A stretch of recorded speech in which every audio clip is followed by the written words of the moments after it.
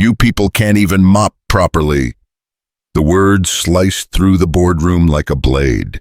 Ethan Cole froze coffee dripping from Clara Stratton's designer suit onto the marble floor he'd spent an hour polishing. In that moment, the CEO of Stratton Industries branded him invisible, worthless beneath her world.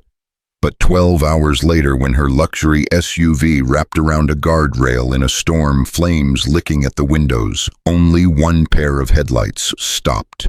Only one man pulled her from death, the janitor she'd just humiliated. Before we begin, I want to invite you to stay with me until the very end of this story. It's a journey about dignity, redemption, and the unexpected places where grace finds us. And please comment below with the city you're watching from so I can see how far this story travels. Now let's begin. The alarm screamed at 4:47 a.m., 3 minutes before Ethan had set it. He'd been awake anyway, staring at the water stain on the ceiling that looked like a bird in flight. His hand shot out, silencing the phone before it could wake Emily in the next room. The apartment was cold. The landlord had promised to fix the heating 2 weeks ago, but promises from landlords were like morning fog, gone when you needed them most. Ethan sat up, his back protesting. 36 years old, and his body already kept a ledger of every mistake, every heavy lift, every night sleeping in positions that made room for a growing daughter in a bed too small for both of them. He rubbed his face, feeling the stubble he'd shave in the bathroom at work to save water at home, and stood. The kitchen was a strip of cracked linoleum barely wide enough for one person. He filled the coffee maker with yesterday's grounds, adding 2 fresh spoonfuls on top. Waste not. The machine gurgled to life, and while it worked, he moved to Emily's door, pushing it open just enough to see her small form buried under 2 blankets and his old Marine's jacket. 8 years old. 8 years of being both mother and father, both provider and comforter, both disciplinarian and best friend. She stirred, sensing him even in sleep. "Daddy." "Shh, baby, still early. Go back to sleep." "You leaving?" "Just for a bit. Mrs. Chen's coming at 7 to take you to school." "I can walk myself. I'm not a baby." "I know you're not, but humor your old man." "Okay." She mumbled something that might have been agreement and burrowed deeper. Ethan watched her for another moment, then quietly closed the door. The coffee was ready. He poured it into a thermos that had traveled with him from Kandahar to Chicago to this cramped apartment on the south side, and checked his watch. 5:03 a.m. If he left now, he'd make the 5:15 bus transfer at Roosevelt and clock in at Stratton Industries by 6:30. 30 minutes to spare before the first executives arrived. The morning was brutal, wind cutting through his jacket like it wasn't there. The bus stop was empty except for a woman he recognized, a nurse finishing her night shift at County. They nodded at each other, members of an unspoken club, the people who moved through the city while it slept. On the bus, Ethan closed his eyes, but didn't sleep. He thought about Emily's parent-teacher conference next week, the way Mrs. Patterson had looked at him last time, sympathy and pity mixing in her eyes, when she'd suggested Emily might benefit from after-school programs, not saying, but implying that a single father working nights couldn't provide what a child needed. He'd smiled, thanked her, and felt something inside him crack a little more. The transfer was quick. By 6:23, he was scanning his badge at Stratton Industries, a gleaming tower of steel and glass that housed 5,000 employees and dreams of technological revolution. Ethan Cole was not one of those employees. He was part of the infrastructure, invisible as the wiring in the walls. "Morning, Ethan." Marcus, the night shift supervisor, looked up from his clipboard. "Floors 8 through 12 need a full scrub. There's a board meeting on 12 today. Big one. The CEO's evaluating new acquisitions." "Got it." "And Ethan, be extra careful today. Ms. Stratton's already been in since 5. She's in a mood." Ethan nodded. Clara Stratton was always in a mood. In the 2 years he'd worked here, he'd seen her exactly 7 times, and each time she'd looked through him like he was made of air. It didn't bother him anymore. People like her lived in a different world, one where people like him existed only to maintain the stage. He gathered his supplies, a yellow cart, loaded with mops, buckets, cleaning solutions, and pushed toward the service elevator. The building was waking up. Lights flickered on floor by floor. Security guards changed shifts. The early birds of middle management began arriving, clutching coffees and phones, already stressed about things Ethan would never understand. The 8th floor was easy, mostly empty offices. He moved through them methodically, the work meditative in its repetition. Spray, wipe, mop, repeat. His mind wandered. He needed to call the pediatrician about Emily's cough. He needed to talk to the landlord again about the heating. He needed to figure out how to afford new shoes for her, the ones with the lights she'd been eyeing at the discount store.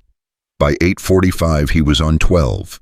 The executive floor. Everything here was different, quieter, the carpet thicker, the air itself seeming more refined. The boardroom was at the end of the hall, massive glass doors revealing a table that could seat 30.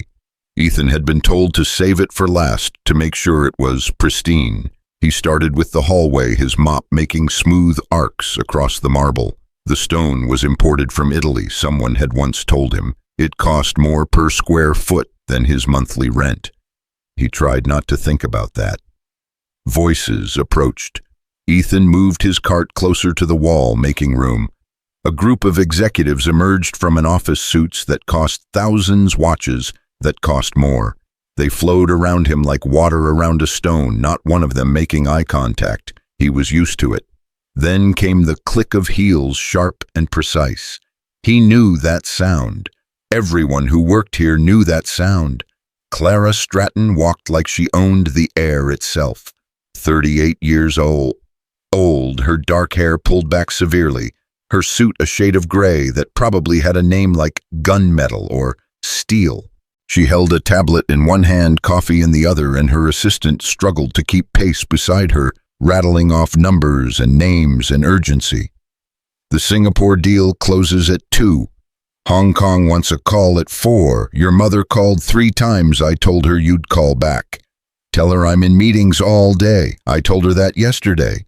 Then she should expect the same answer today, Patricia. Ethan kept mopping eyes down, trying to be invisible. It usually worked. It didn't work today. Maybe it was the way the light hit the floor, making it more slippery than usual. Maybe it was the fact that Clara Stratton was reading her tablet instead of watching where she walked. Maybe it was just the universe's way of saying that today invisibility would not be granted. Her heel caught the edge of his mop bucket. Time did that thing it does in moments of disaster, slowing to a crawl. Ethan saw her stumble, saw the coffee arc from her hand in a perfect parabola, saw her face shift from concentration to shock to fury in the space of a heartbeat. The coffee hit her chest, soaking into that expensive gray suit, spreading like a stain on reputation itself. She regained her balance, but the damage was done. 20 feet away, the boardroom doors were open, and a dozen board members watched the CEO of their company dripping with coffee in the hallway. The silence was absolute. Ethan dropped his mop. "Ma'am, I'm so sorry. I didn't see you. Let me—" "Don't." Her voice could have frozen fire. She held up one hand, coffee dripping from her sleeve. Her eyes found his, and what he saw there wasn't just anger. It was something colder, something that measured him and found him wanting. "Don't touch me. I can help clean. You've helped enough." She turned to her assistant, who was frantically pulling napkins from her bag. "Patricia, get me a change of clothes. Now." "Yes, Ms. Stratton, right away." Clara looked back at Ethan and then at the board members watching from the doorway. When she spoke, her voice carried meant for them, meant for him, meant for everyone who needed to know where they stood in her world. "You people can't even mop properly." The words landed like stones. Ethan felt his jaw tighten, felt the heat rise into his chest, felt the instinct to respond, to defend, to push back against the casual cruelty.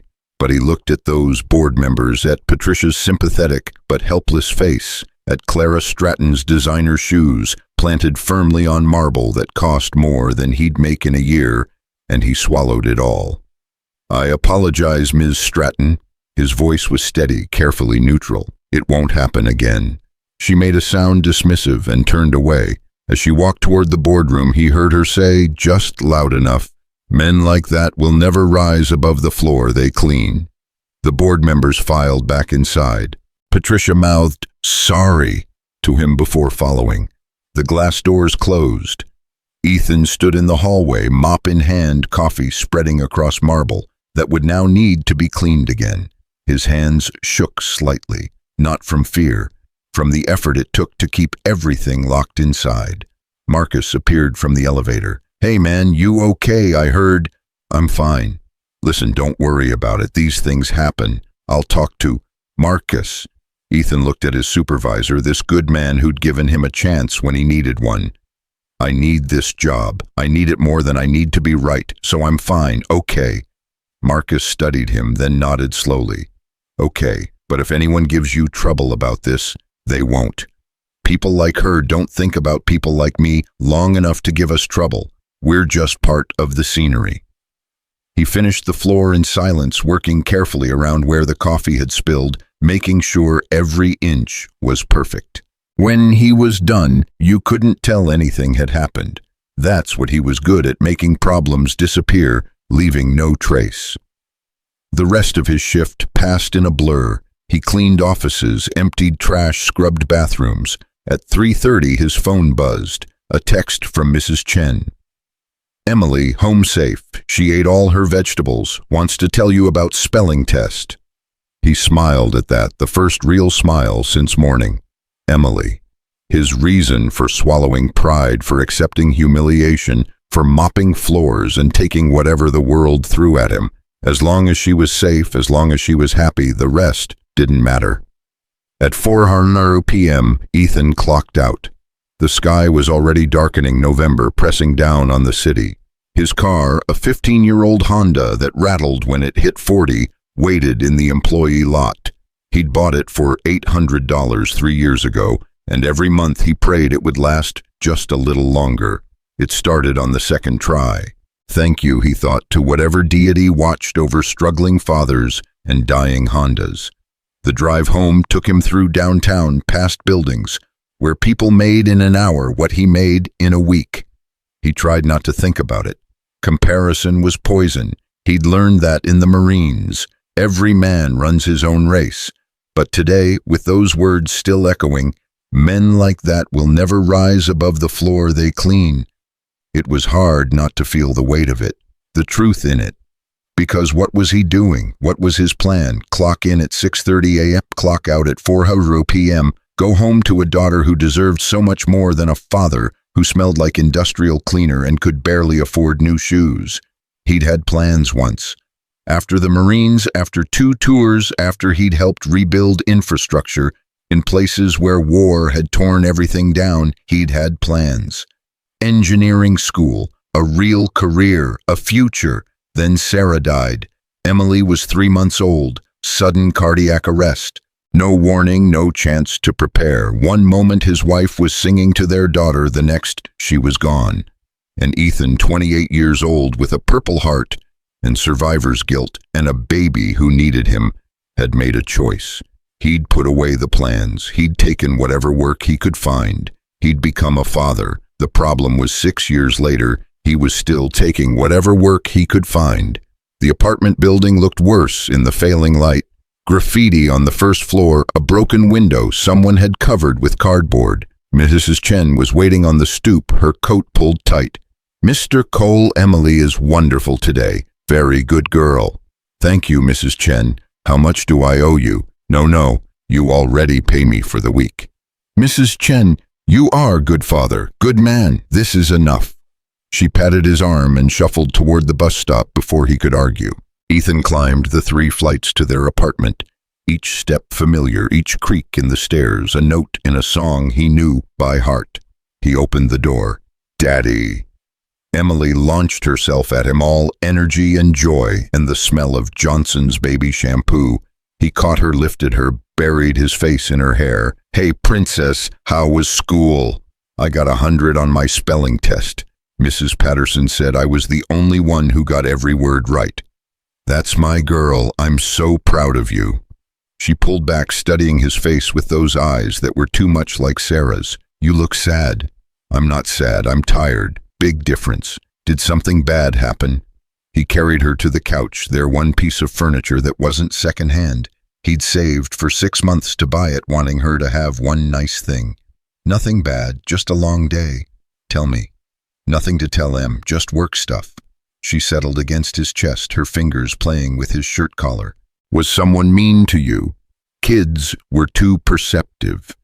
He'd noticed it before, how she could read him better than anyone, how she picked up on moods and tensions he thought he was hiding. "Sometimes," he said carefully, "people have bad days, and they take it out on whoever's nearby. It's not personal." "That's not fair." "No, it's not, but that's life sometimes." "If I was there, I would have told them to be nice. You're the nicest daddy in the whole world." His throat tightened. "Well, I've got the best daughter in the whole world, so that makes sense." They sat like that for a while, his arms around her, her small heart beating against his chest. Outside, the city moved on, indifferent to small apartments and tired fathers and little girls who thought their dads were heroes. "Daddy, yeah, are we poor?" The question hit him like a punch. "What makes you ask that?"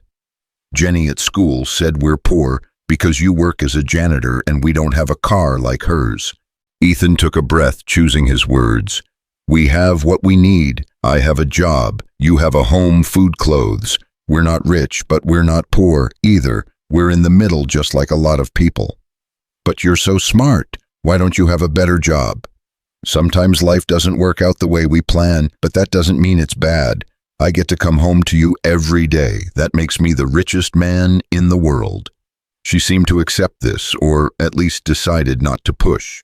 They made dinner together, pasta with jarred sauce and frozen vegetables, her standing on a chair to stir the pot while he grated cheese.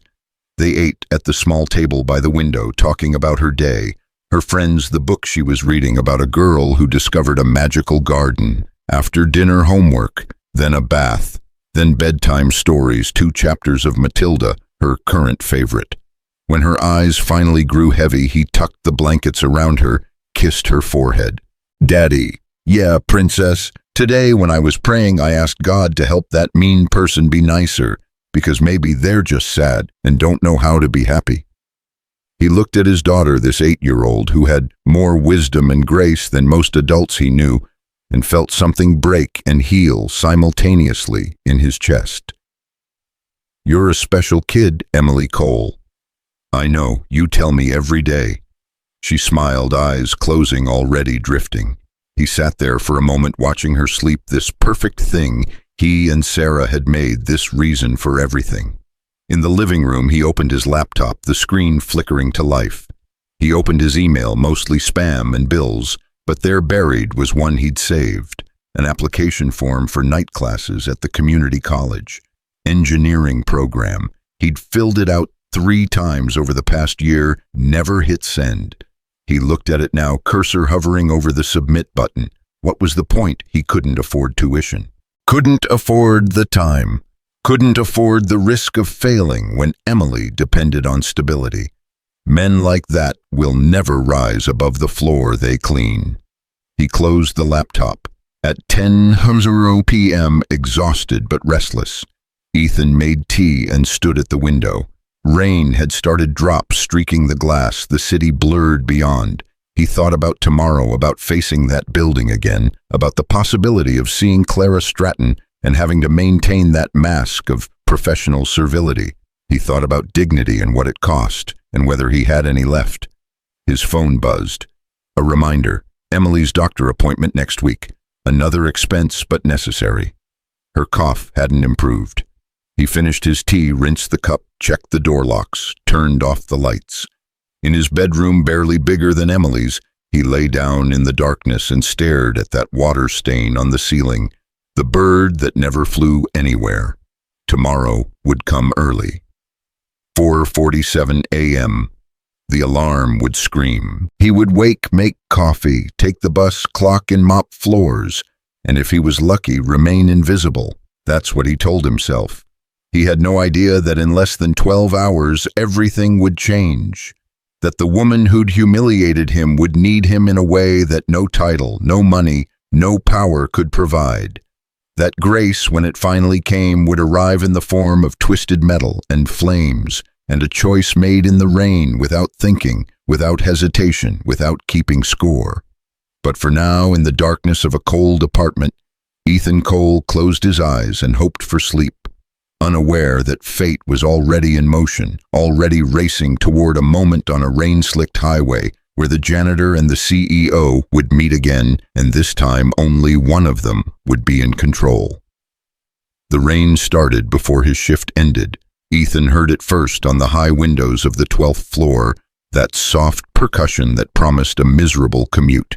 By the time he clocked out at 4, it had escalated to a downpour, the kind that turned streets into rivers and made the city's aging drainage system irrelevant. He stood under the employee entrance awning, watching water sheet off the edges, debating whether to run for it or wait it out. His phone showed 4:17 p.m. Emily would be getting out of after-school care in 40 minutes. Mrs. Chen had agreed to pick her up today, but Ethan wanted to be home, wanted to see her face, hear about her day, pretend the morning's humiliation hadn't left a mark. The parking lot looked like a lake. His Honda sat on the far side, patient and rusty. He pulled his jacket over his head and ran. The rain was cold, November cold, the kind that got through fabric and found skin. By the time he reached his car, he was soaked.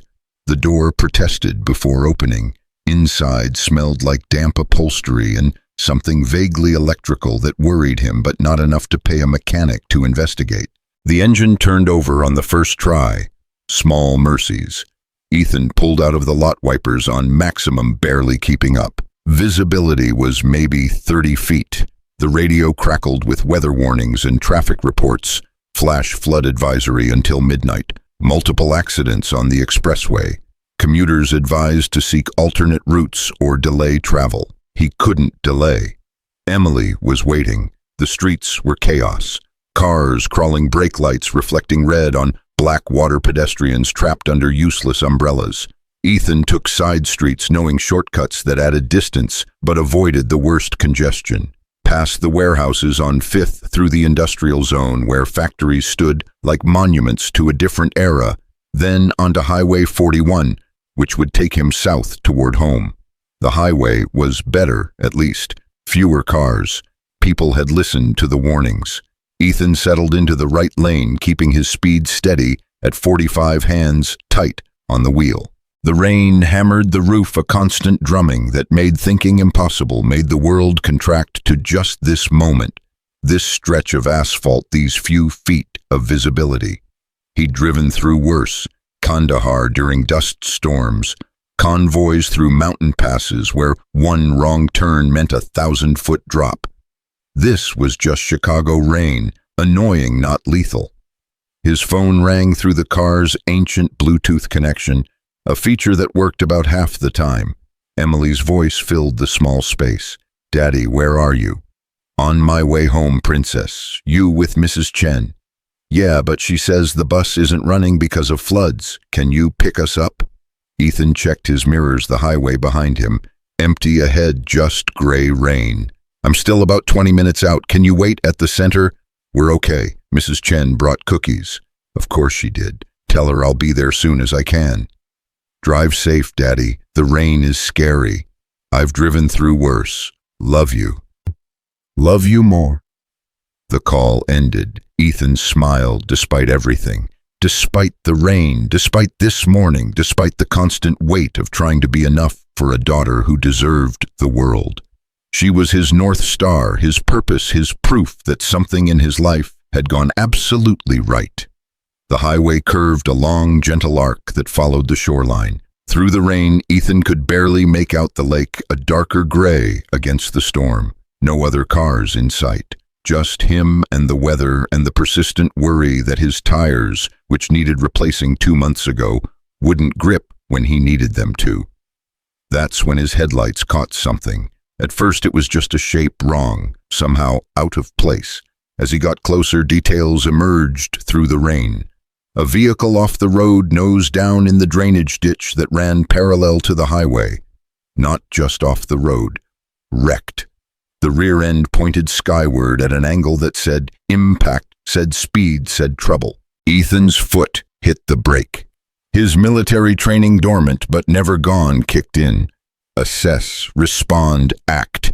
He pulled onto the shoulder hazards on and grabbed his phone. No signal. The storm was interfering or they were in a dead zone. Either way, he couldn't call for help from here. He looked at the wrecked vehicle again. Luxury SUV, dark blue or black, hard to tell in this light.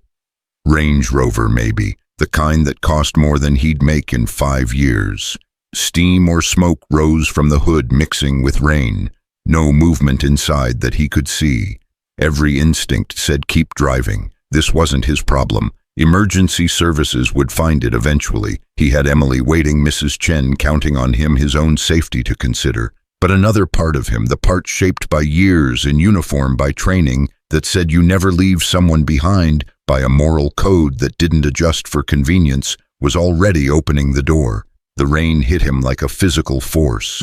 Ethan jogged toward the wreck, his work boots splashing through water that came up to his ankles. As he got closer, he could see the damage. The front end was crumpled. The right side scraped raw metal, peeled back like skin. The vehicle had rolled at least once before landing in the ditch. How the hell was anyone still alive in there? He reached the driver's side, wiping rain from his eyes, peering through the window. Someone was inside. The driver slumped against the deployed airbag, blood on their face, not moving. Ethan tried the door, jammed. He moved to the back door, also jammed. The impact had warped the frame. He circled to the passenger side, the angle awkward, the ditch muddy and unstable. This door opened screaming on damaged hinges. Ethan climbed inside, rain following him, and reached for the driver. That's when he saw her face. Recognition hit like voltage. Clara Stratton, the CEO who'd humiliated him 8 hours ago. The woman who'd called him "you people" in front of her board. Who'd said he'd never rise above the floor he cleaned. She was unconscious, head tilted at an angle that made his medic training scream danger. Blood running from a cut above her eyebrow, more blood at her hairline. Her expensive suit was torn, airbag dust covering everything. For maybe 2 seconds, Ethan froze. The universe had placed his tormentor in front of him, helpless, bleeding, and he could just walk away. Call it karma. Call it justice. She'd be found eventually. Maybe. Then her eyes fluttered open. Help. The word was barely a whisper. Please. And just like that, the decision was made. Not because of who she was, because of who he was. I've got you. Stay still. His voice shifted into the tone he'd used in field hospitals, calm but commanding. Can you move your legs? She tried, wincing. I think so. Your neck. Any sharp pain. Everything hurts. I know, but I need you to focus. Sharp pain like something's wrong internally, or just impact pain. Impact. She coughed and he saw panic flash across her face. I can't get out. The door won't. I know, I'm going to get you out through the passenger side, but I need you to stay calm. The car's leaking something and we need to move fast. Can you unbuckle? Her hands fumbled at the seatbelt, shaking too much to find the release. Ethan reached across her, his presence filling the small space, and clicked it free. The belt retracted. Okay, I'm going to pull you across the console. It's going to hurt. I'm sorry, but there's no other way. Who are you? She was looking at him now, really looking, trying to place him through pain and shock. Someone who's going to get you out of here. Ready. He didn't wait for an answer. His hands went under her arms, supporting her weight, and he pulled. She cried out, but he didn't stop, couldn't stop, because through the rain, he smelled it now. Gasoline. The leak was gasoline, and somewhere in that crumpled engine, something was hot enough to turn this wreck into a fireball. Clara cleared the driver's seat, her body limp, trusting him because she had no choice. Ethan backed out of the passenger door, pulling her with him, his boots sliding in mud. They emerged into the rain, and he lifted her fully, one arm under her knees, one supporting her back. "I can walk," she protested weakly. "No, you can't. Hold on to me." She did, her arms going around his neck, and Ethan carried her away from the wreck, away from the highway into the relative shelter of some scraggly trees that lined the ditch. He set her down gently, propping her against a trunk, and stripped off his jacket, wrapping it around her shoulders. "Stay here, don't move." "Where are you?" But he was already running back to the SUV. Her purse, her phone, anything that might be important. He reached through the passenger door, grabbing an expensive leather bag from the floor, and that's when he heard it. A soft whoomp. Flames appeared under the hood, small at first, then spreading. The gasoline had found ignition. Ethan ran. He'd made it maybe 15 feet when the SUV exploded. The shockwave hit his back, propelling him forward, heat washing over him. He hit the ground, rolled, came up running, and didn't stop until he reached Clara. She was staring at the fireball, at what had been a $200,000 vehicle, now burning like a torch against the gray storm. Her face was white. "You just saved my life." Ethan was breathing hard, adrenaline coursing through him. "Yeah, we need to get you to a hospital." "My phone?" She was patting her pockets, panic rising. "I need to call." "Here." He handed her the purse he'd grabbed. She fumbled through it, pulled out a shattered iPhone. The screen was spider-webbed, completely dead. No. She looked at him. "Do you have a phone?" He pulled out his ancient Android. No signal. "The storm's blocking it. We need to get back to my car, get to higher ground somewhere I can call for help." Clara tried to stand, made it halfway up, and her legs gave out. Ethan caught her before she hit the ground. "I'm okay," she said clearly. "Not okay. I just need a minute." "You're in shock. You probably have a concussion. You're not walking anywhere. You can't carry me the whole way. Watch me." He lifted her again, and this time she didn't protest. Her head rested against his shoulder, her breathing shallow. Ethan made his way back toward the highway, toward his car, each step careful in the mud and rain. She was lighter than he expected, or adrenaline made her feel that way. Behind them, the SUV burned a beacon in the storm. His Honda looked like a chariot when they reached it. Ethan set Clara down long enough to open the passenger door, then helped her inside. She collapsed into the seat, shaking, whether from cold or shock. He couldn't tell. He ran around to the driver's side, climbed in, started. The engine cranked the heat to maximum. The car filled with the smell of wet clothes and blood, and something else, something like fate rearranging itself. Clara was staring at him, and he could see the moment recognition finally clicked into place. "You," her voice was hoarse, "you're the janitor from this morning." "Ethan Cole." He was checking his phone, still no signal. "We need to get you medical attention." "You saved me." She said it like she couldn't quite believe it. "After what I said to you, after how I treated you, you still saved me."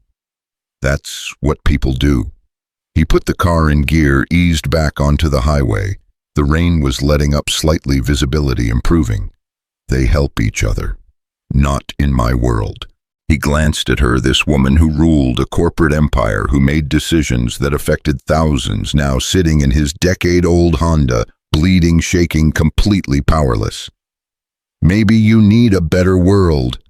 She laughed, a sound that turned into a cough. "Maybe I do." They drove in silence for a few minutes.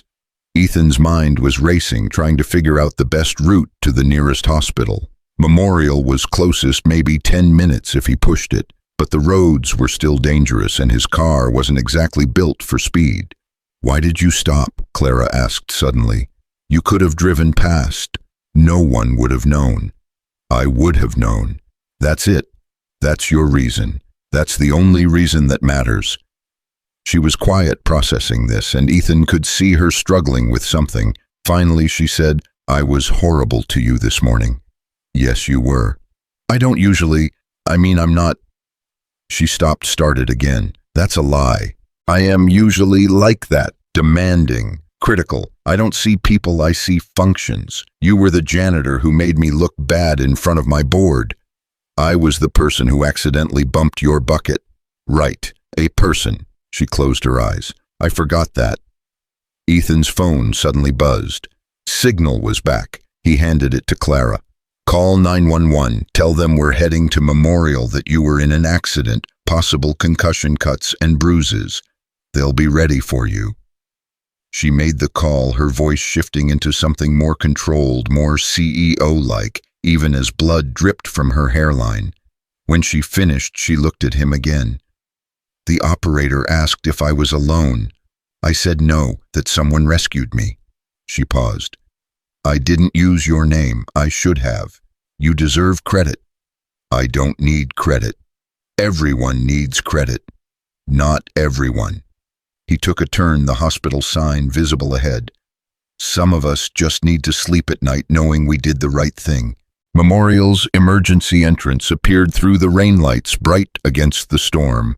Ethan pulled up to the ambulance bay, and immediately 2 nurses were there, a wheelchair appearing. They opened Clara's door, helping her out, asking questions. She answered mechanically, but her eyes stayed on Ethan. Wait, she said as they started to wheel her inside. Your jacket, your phone. Keep the jacket. I'll get the phone later. I don't even know your number. I work at your building. You can find me. A nurse was gesturing impatiently. Ma'am, we need to get you inside. Clara looked torn, like there was something else she wanted to say, but the moment passed. They wheeled her through automatic doors, and she disappeared into the bright fluorescent world of emergency medicine. Ethan sat in his car for a moment, the engine idling, his hands still gripping the steering wheel. The adrenaline was fading, leaving behind exhaustion and a weird sense of dislocation. Had that really just happened? Had he really pulled Clara Stratton from a burning car? His phone, still on the passenger seat, rang. Emily. Daddy, where are you? Mrs. Chen needs to go home. Reality snapped back into focus. I'm coming, princess. 10 minutes. There was an accident on the highway. Are you okay? I'm fine. I'll tell you about it when I get there. He pulled away from the hospital, back into the rain, back toward his real life. In the rear-view mirror, Memorial's lights faded. He wondered if Clara Stratton would remember this tomorrow, if she'd remember that the man she'd belittled had been the one to pull her from death, or if it would just become another story she told at cocktail parties about the time she survived a car accident. Probably the latter. People like her didn't really change. But as Ethan drove through the storm, his clothes still damp, his heart still racing, he realized something. He didn't save her for gratitude. He didn't save her for recognition, or to prove a point, or to make her feel guilty. He saved her because when you strip away the titles and the money and the power, there was just a person who needed help, and that was enough. The after-school center was closing when he arrived. Mrs. Chen stood under an awning with Emily, both looking worried. When Emily saw him, she ran through the rain, and he caught her, held her tight. You're all wet, Daddy. I know, long story. Mrs. Chen approached her, face concerned. Mr. Cole, you look terrible. What happened? There was an accident. I helped someone. Everything's okay. She studied him with eyes that had seen enough of life to know when someone was telling the whole truth and when they were protecting their daughter from worry. She patted his arm. You are a good man. Go home. Rest. In the car, Emily peppered him with questions. Who was in the accident? Were they hurt? Was he scared? He answered carefully, editing out the parts that would give her nightmares, turning it into a story about helping a stranger. Was it someone nice? She asked. Ethan thought about that. I don't know yet, but everyone deserves help, nice or not. That's what you always say. Because it's true.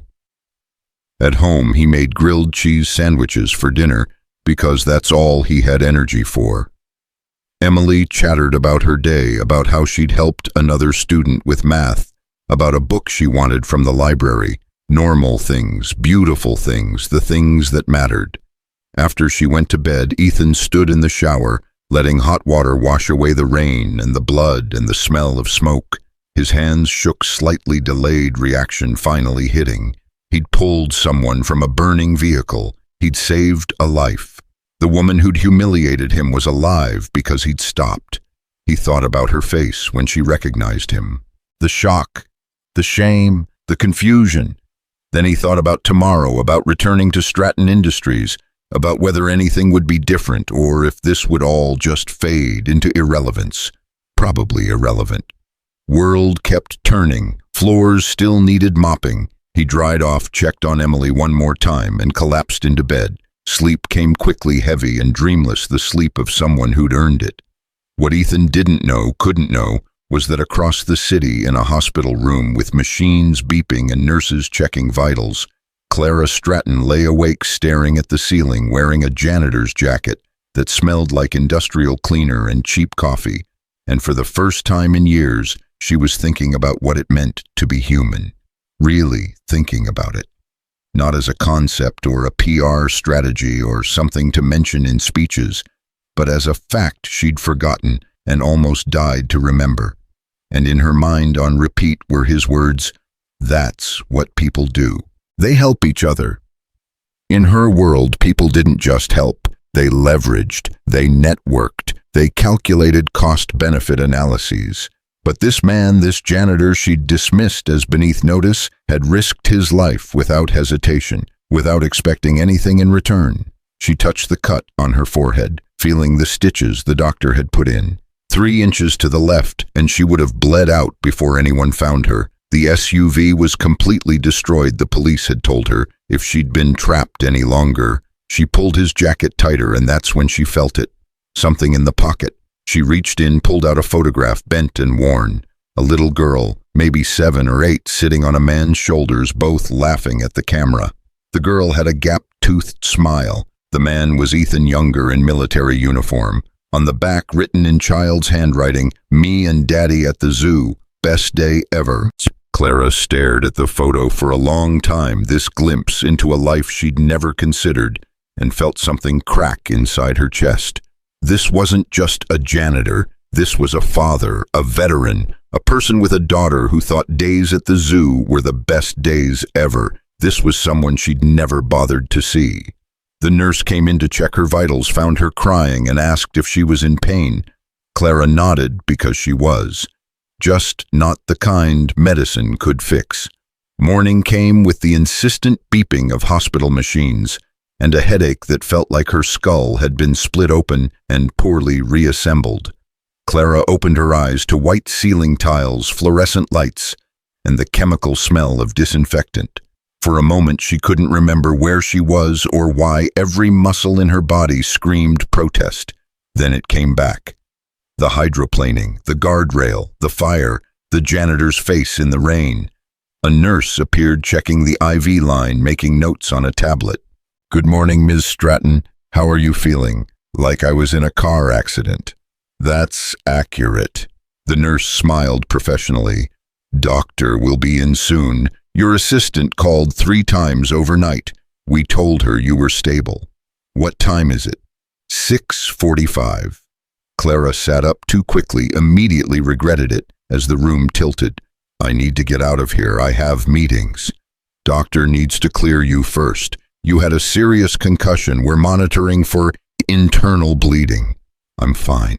"Ms. Stratton, you were in a rollover accident and pulled from a burning vehicle. You're many things, but fine isn't one of them." The nurse's tone was kind, but firm. "Give it a few hours. Let us make sure you're actually okay." Clara wanted to argue, but exhaustion won. She sank back against the pillows, and that's when she noticed she was still wearing the jacket. His jacket. She touched the worn fabric, felt the weight of the photograph still in the pocket. The doctor arrived an hour later, a tired-looking woman in her 50s, who examined Clara with efficient thoroughness. Pupils, reflexes, the stitches on her forehead, questions about nausea and dizziness and vision. "You're lucky," the doctor said finally. "Very lucky. Another hour in that ditch and hypothermia would have complicated things. The man who pulled you out probably saved your life." "I know. Concussion protocol says we should keep you another 24 hours for observation, but I know you're not going to listen to that." The doctor gave her a knowing look. "So here's the deal. You can leave, but not alone. Someone needs to monitor you. Wake you every few hours, watch for symptoms, and you need complete rest for at least 3 days. No screens, no stress, no work. That's impossible. Then stay here. Clara closed her eyes. The doctor was right, and they both knew it. Fine, I'll have my assistant arrange something. After the doctor left, Clara called Patricia on the hospital phone, her own cell phone still a shattered brick of useless technology. The call went to voicemail. She tried again. Voicemail, a third time, and finally Patricia answered, sounding harried. Ms. Stratton, thank God. Are you all right? I'm being discharged. I need you to come get me and arrange for someone to stay at my penthouse for a few days. The doctor insists on observation. There was a pause, the kind of pause that preceded bad news. Ms. Stratton, I'm in Singapore. You sent me here yesterday for the acquisition meetings. Remember, I won't be back until Friday.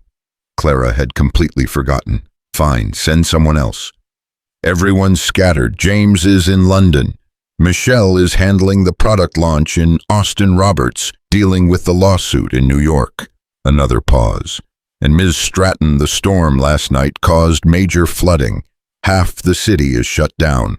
The roads to your building are completely blocked. They're saying it could be days before they're clear. Days. The mayor declared a state of emergency. They're evacuating some areas. Clara felt the walls closing in. So what am I supposed to do? Sleep in the hospital. I can try to find a hotel near Memorial, but with the evacuation, everything's probably full and you'd still need someone to monitor you. This is ridiculous. I'm sorry, Ms. Stratton. If I could be there, I would be. Do you have any friends in the area, family? The question hit harder than it should have. Friends. When was the last time she'd spent time with anyone who wasn't on her payroll or trying to get something from her? Her mother lived in Connecticut, and they hadn't spoken in months. Her brother was somewhere in Europe doing whatever it was failed artists did with trust funds. Friends. She'd sacrificed friendship on the altar of success years ago. Never mind, Clara said. I'll figure it out. She hung up and stared at the window at the gray sky beyond. This was absurd. She was Clara Stratton, CEO of a billion-dollar company. She had resources, connections, power, and yet here she was, stranded in a hospital with no way home and no one willing to help. No, that wasn't true. Someone had helped. Someone had risked his life without hesitation, expected nothing in return, and left his jacket wrapped around her shoulders like a promise. The photograph was still in her hand. She looked at it again, at the little girl's joy, at the father's pride, and made a decision that felt both crazy and somehow inevitable. The hospital had given her a bag with her recovered belongings. Her wallet had survived, credit cards intact. She found a phone charger in the gift shop, got her destroyed iPhone, connected long enough to extract one piece of information from the cloud before it died completely. She'd had HR send her the files on every employee after the coffee incident, part of her plan to understand who had humiliated her. Ethan Cole, building services, personnel file included an emergency contact number. She used the hospital phone one more time. It rang 4 times before he answered, sounding distracted. Hello, Mr. Cole, this is Clara Stratton. Silence. Then carefully, Ms. Stratton, are you all right? I'm being discharged from the hospital, but there's a complication. She explained the situation, the flooded roads, the absent assistant, the doctor's orders, hearing how pathetic it sounded as she spoke. I know this is an imposition, and after yesterday, after what I said to you, I have no right to ask, but I don't know who else to call. More silence. She could hear him breathing, could almost feel him thinking through the implications. The awkwardness, the sheer strangeness of his boss's boss's boss asking him for help. Where are you? He said finally.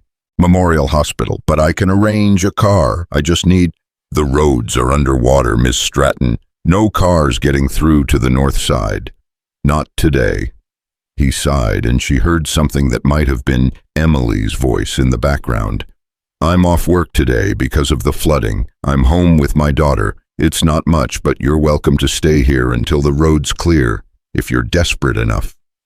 The words hung between them, weighted with yesterday's cruelty and last night's grace. Clara looked around her private room at the machines and the sterile efficiency and thought about spending days here alone or taking her chances at an overcrowded evacuation center. "I'm desperate enough." "Okay, I can be there in 30 minutes. Mr. Cole." She stopped, unsure how to say what needed saying. "Thank you." "Don't thank me yet. You haven't seen where I live." He hung up. Clara sat on the edge of the hospital bed, still wearing his jacket, still holding the photograph of his daughter, and wondered what she'd just agreed to. True to his word, Ethan arrived 27 minutes later, appearing in her doorway wet from the rain that hadn't stopped, looking tired and uncomfortable in jeans and a faded Marines t-shirt. He held a plastic bag. "Brought you some clothes, my wife's stuff. She was about your size." He said it matter-of-factly, but Clara caught the past tense, the careful neutrality. "Your wife passed away 6 years ago. These have just been sitting in a box. Figured you can't leave in a hospital gown." Clara took the bag, finding clean jeans, a sweater, sneakers that had seen better days. "Thank you, I'll return them." "No need. Like I said, they've just been sitting there." She changed in the bathroom, catching sight of herself in the mirror. The stitches on her forehead were ugly, a reminder of how close she'd come. The clothes fit reasonably well, worn soft from use, smelling faintly of storage and detergent. She looked nothing like herself. Good. Ethan signed her discharge papers while she gathered her ruined belongings. They walked through the hospital together, an odd pair, the CEO and the janitor, neither quite knowing how to navigate this reversal of roles. His old Honda waited in the lot, somehow looking even worse in daylight. "Sorry about the car," he said, opening her door. "Not exactly what you're used to." "It runs. That's more than mine does." He almost smiled at that, and they drove in silence through streets that looked like war zones. Water stood in pools, debris scattered everywhere, whole sections blocked by police barriers. The storm had gutted the city's infrastructure. Traffic lights were out. Storefronts showed water damage. This wasn't just bad. This was catastrophic. "How's your neighborhood?" Clara asked. "Higher ground. We're okay. Lost power for a few hours last night, but it came back." They crossed into the south side, the buildings getting shorter, older, the prosperity of downtown giving way to something more honest.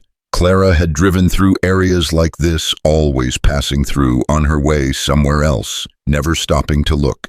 Now she was looking, really looking. The corner store with iron bars on the windows, the apartment buildings with laundry hanging on balconies, the people on stoops, neighbors checking on neighbors, helping each other clean up storm damage. Community.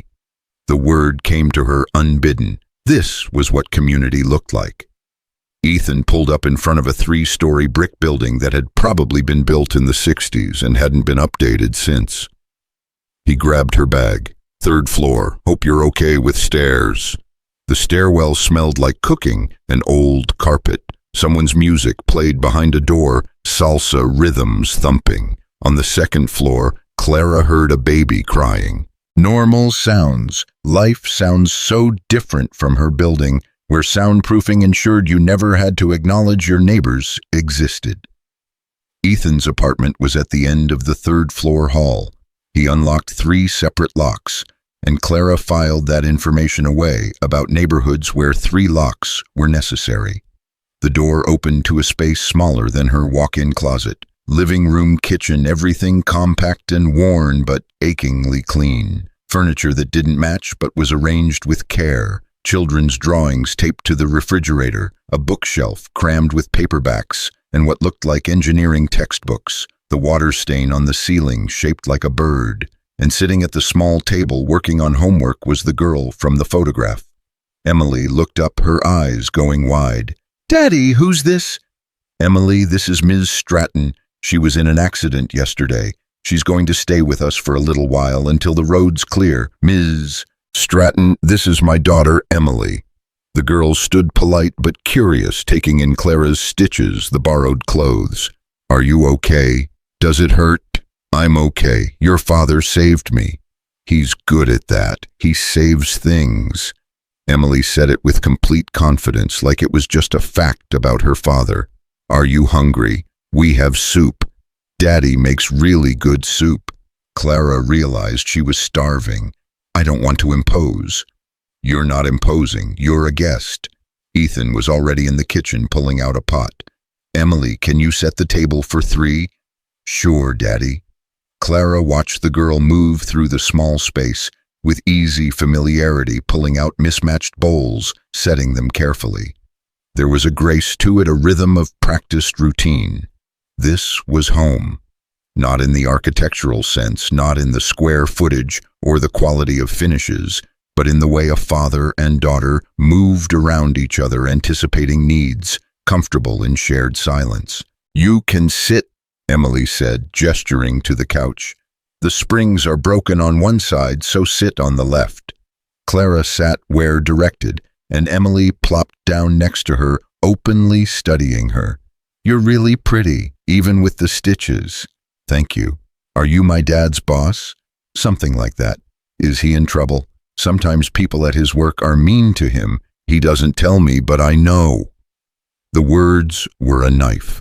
Clara met the girl's eyes, seeing intelligence there, awareness beyond her years. No, he's not in trouble. He's actually the opposite of in trouble. Ethan brought over 3 bowls of soup chicken noodle, homemade from the smell of it. They ate at the small table Clara between father and daughter, and it was possibly the strangest meal of her life. Emily chattered about school, about a science project on weather that was suddenly very relevant, about her friend Jenny, who said mean things sometimes, but was still her friend. Jenny says we're poor, Emily said, suddenly looking at Clara. Are we poor, Emily? Ethan's voice held a warning. I'm just asking. Ms. Stratton is rich, right? She's a CEO, so she would know if we're poor compared to rich people. Clara set down her spoon, looking at this 8-year-old who'd just asked the most direct question anyone had asked her in years. I think, she said carefully, that being rich isn't about money. It's about having what matters. You have a father who loves you, a home, food, safety. Some of the richest people I know don't have any of that. Do you, Emily tilted her head, have what matters? The question hung in the air. Ethan started to intervene, but Clara held up a hand. No, she said honestly. I don't think I do. Emily considered this with the seriousness of childhood. That's sad. Maybe you can stay here for a while and figure out how to get it. Daddy's really good at helping people figure things out. Emily, finish your soup, Ethan said, but his eyes met Clara's across the table, something unreadable there.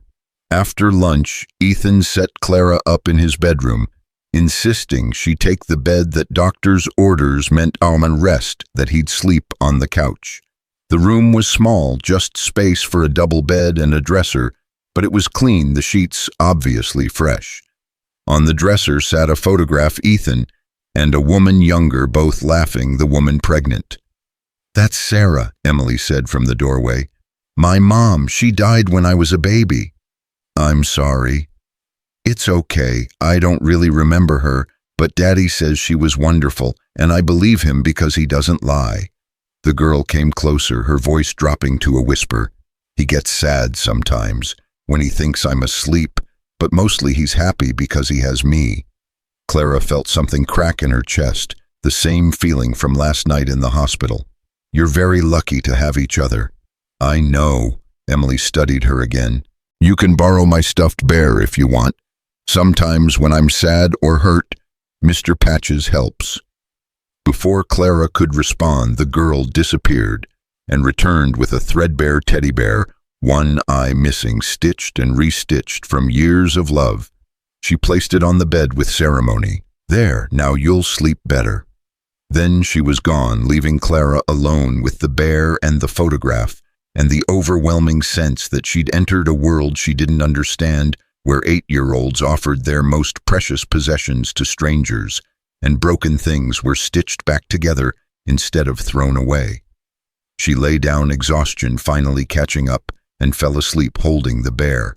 When she woke, it was dark outside. The apartment was quiet except for soft voices from the living room. Clara checked her watch. 8 o'clock. She'd slept for hours.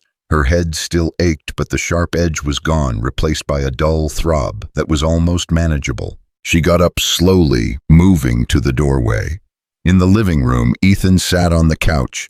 Emily curled against him, both reading a book together.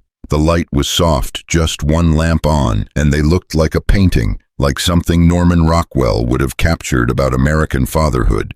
Ethan looked up, saw her. "Hey, how are you feeling?" "Better. I'm sorry I didn't mean to sleep so long." "Doctor said rest. You're following orders." He closed the book, carefully marked the page. Emily was just heading to bed. "Say good night." "Good night, Ms. Stratton." The girl stood, then impulsively hugged Clara. "I'm glad you're here. Daddy needs more friends." Before Clara could process that, Emily disappeared into her room. Ethan stood, moved, to the kitchen. "Tea, coffee, I've got both." Tea would be nice. He filled the kettle, set it to boil, pulled out 2 mugs.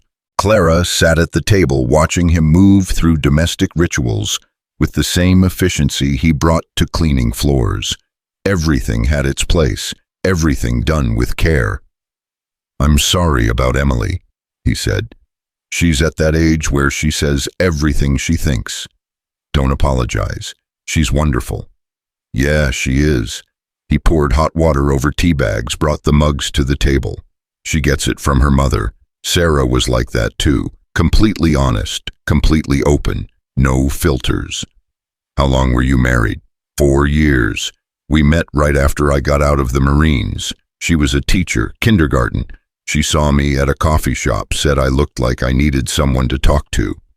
He smiled at the memory. She was right. I was a mess. PTSD survivor's guilt, no idea what to do with my life. She just sat down and listened. 3 months later, we were married. 10 months after that, Emily was born. 2 months after that, Sarah was gone. I can't imagine. No one can until it happens. He sipped his tea. Everyone kept telling me it would get easier. It doesn't. You just get stronger at carrying the weight. Clara thought about her own life, the relationships she'd sacrificed, the family she'd pushed away, the friends she'd outgrown. I've never been married, never been close. Why not? Too busy, too focused, too... She stopped searching for the word. Too convinced that success meant doing it alone. And has it made you successful? By every measurable standard, yes. I run a company worth billions. I make decisions that affect thousands of people. I'm respected, feared, quoted in journals. She looked at him. And yesterday, when I needed help, I had no one to call but you. The admission hung between them, raw and honest. Ethan didn't offer platitudes or empty comfort. He just nodded like he understood. You know what I realized after Sarah died, he said. Success isn't about what you build. It's about who you become while building it. I could have let grief destroy me. Could have checked out, let Emily grow up with a father who was physically present but emotionally gone. Instead, I decided to show up. Every day, every moment, show up and be the father she deserves. That's why you take the humiliation, why you kept your head down yesterday when I said those things. Partly, but also because I know who I am. Your words couldn't change that. They hurt, yeah, but they couldn't touch what matters. He looked at her directly. The question is, do you know who you are when no one's watching, when there's no board to impress, no stock price to justify? Clara opened her mouth, closed it. The honest answer was no. She'd spent so long being the CEO, the leader, the woman who had to be perfect and powerful and untouchable, that she'd forgotten there was supposed to be a person underneath. From Emily's room came a soft sound. Clara tilted her head, listening. It was prayer, the girl's voice barely audible, but unmistakable in its sincerity. And please help the lady Daddy saved to smile again, because she looks so sad and everyone deserves to be happy, even if they're rich and important. Help her find friends. Help her find what matters. Amen. The words broke something in Clara that had been cracking since the moment Ethan pulled her from the burning car. She put her hand over her mouth, but it was too late. Tears came hot and unexpected, years of them, decades of them, all the emotion she'd locked away to be strong and successful and untouchable. She cried for the person she'd become, for the people she'd hurt, for the life she'd built that looked perfect from the outside but was completely hollow within. She cried because an 8-year-old stranger was praying for her soul, and because she couldn't remember the last time anyone had cared enough to try. Ethan didn't say anything. He just pushed a box of tissues across the table and let her cry, understanding somehow that this was necessary, that some things had to break before they could be fixed. When the tears finally stopped, Clara wiped her eyes, embarrassed and exhausted and somehow lighter. "I'm sorry." "Don't be. Emily has that effect on people. She sees what's real." "What does she see in me?" "Someone who needs help, someone who's lost, someone who can be found if they're willing to look." Clara laughed, a sound that was half sob. "I've spent 20 years building an empire, and your 8-year-old daughter understands life better than I do. Kids haven't learned to lie to themselves yet. It's their superpower." Ethan finished his tea, set down the mug. "You should rest. Doctor said every few hours I need to wake you, check you're okay. Set an alarm." "I will." But she didn't move. "Mr. Cole, Ethan, why are you doing this? After everything I said, after how I treated you, you had every right to let me figure this out on my own." He stood gathering the mugs, moving to the sink. When he spoke, his back was to her, his voice quiet but clear. "Because when I was at my lowest, broken and lost and convinced I was worthless, Sarah saw something worth saving. She didn't have to. I was just some messed up veteran in a coffee shop, but she chose to see me, really see me, and that changed everything." He turned, met her eyes. "Maybe someone needs to see you too, really see you, before it's too late." He left her there, disappearing to make up the couch for himself, and Clara sat in the small kitchen of a tiny apartment in a neighborhood she'd never visited, wearing a dead woman's clothes, healing from an accident that should have killed her, and for the first time in as long as she could remember, she felt something that might have been hope. The alarm on Clara's borrowed phone went off at midnight, startling her from shallow sleep. She sat up, disoriented for a moment before remembering where she was. Ethan's bedroom, his dead wife's clothes, a child's teddy bear clutched in her arms. Before she could silence the alarm, there was a soft knock on the door. "Ms. Stratton, just checking in. Doctor's orders." Ethan's voice was quiet, considerate of the hour. Clara opened the door to find him standing there in sweatpants and a t-shirt, looking as tired as she felt. "I'm okay. Headache's better. No nausea. Vision, any blurriness. Clear. Good." He ran a hand through his hair, a gesture she was beginning to recognize as his tell for uncertainty. "Try to sleep some more. I'll check again at 3. He turned to go, but Clara found herself speaking. "Ethan, wait. Can I ask you something?" He stopped, turned back. "Sure. The books on your shelf. Engineering textbooks. Advanced calculus, structural design, fluid dynamics. Those aren't exactly light reading for a janitor." Something flickered across his face, too quick to name. "You went through my stuff." "No, I could see them from here. I have a degree in mechanical engineering. I recognize the titles." She paused. "What happened? Why aren't you using that education?" For a long moment he just looked at her, weighing whether to answer, whether this stranger in his home had earned the truth. Finally he leaned against the doorframe, arms crossed. "I was in the Marines, did 2 tours doing disaster relief and infrastructure work. Learned more in those 4 years than most people learn in a lifetime. When I got out, I had plans, big ones. Engineering school already halfway through my degree. I was going to rebuild things, make things better, use what I'd learned overseas to help communities here." His voice was steady, but Clara heard the weight beneath it. "Then Sarah died. Suddenly I had a 3-month-old who needed me every second of every day. Daycare costs more than I was making. Night classes meant leaving Emily with babysitters I couldn't afford. The debt started piling up, medical bills from Sarah's emergency funeral costs, just trying to survive." "So you stopped?" I didn't stop. I adapted, took whatever work I could get, whatever hours allowed me to be there for Emily. First, it was night security, then maintenance, then janitorial. Each step felt like going backward, but each step meant Emily had a father who was present, who could take her to school, who could be there when she was sick or scared or just needed a dad.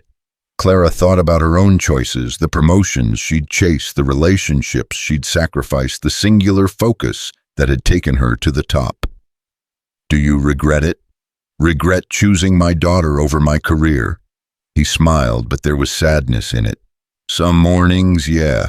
When someone like you reminds me I'll never rise above the floor I clean.